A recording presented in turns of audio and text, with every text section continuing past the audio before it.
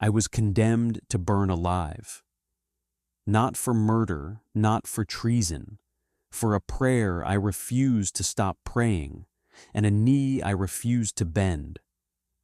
This is my story. You know me as Shadrach. Listen, the heat hits you before the guards even open the furnace door. You feel it in your teeth. You feel it in the soles of your sandals, through the stone, up your legs, into your chest. And I am standing there, in the courtyard of Dura, with my hands bound behind my back, staring at an opening in that clay wall that glows orange like the inside of the sun. And I am telling you, my knees do not shake, not because I am brave, because somewhere between the palace and this furnace, something inside me went quiet and still, like the eye of a storm. Let me take you back. My name was not always Shadrach. I was born Hananiah, a boy of Judah, raised on the stories of Abraham and Moses and David, raised to believe that the God of Israel was not one God among many, but the only God there was. Then Jerusalem fell.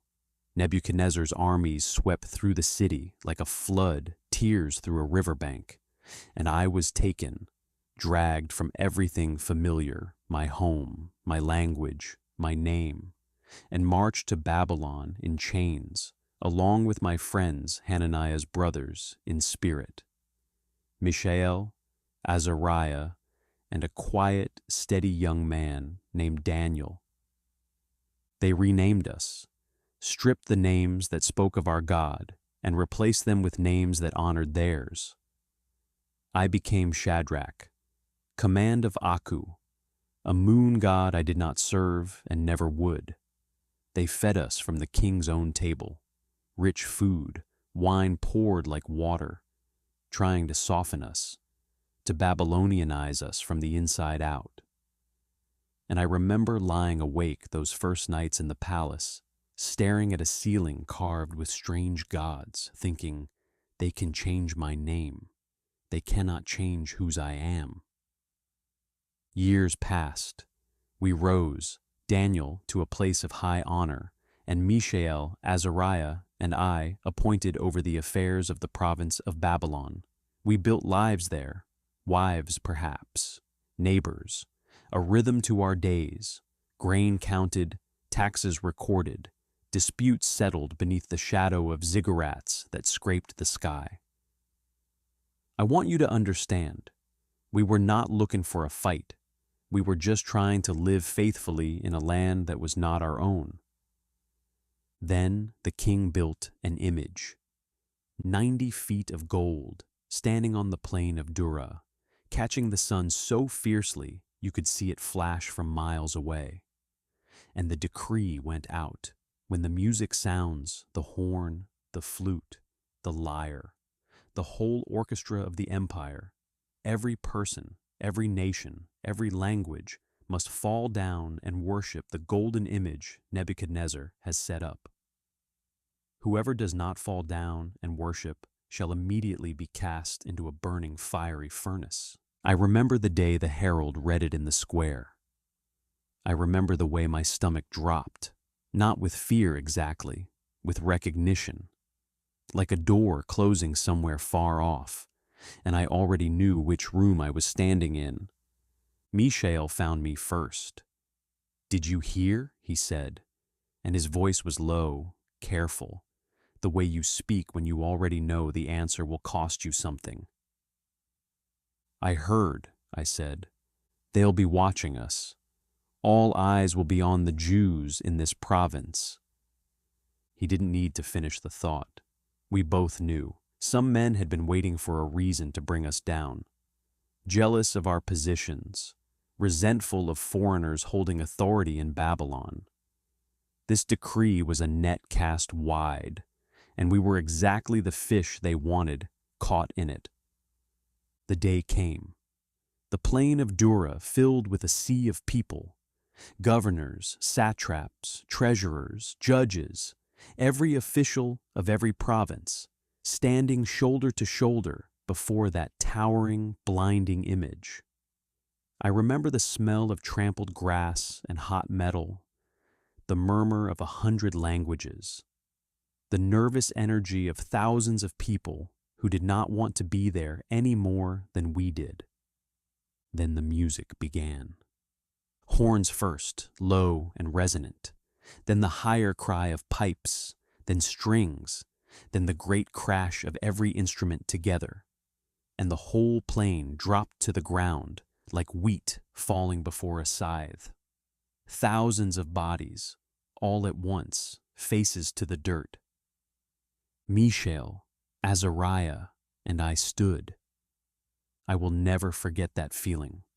The wind moving across an empty space around us, because everyone near us had fallen, and we three remained upright, exposed, visible from every direction like trees left standing after a storm has flattened a forest.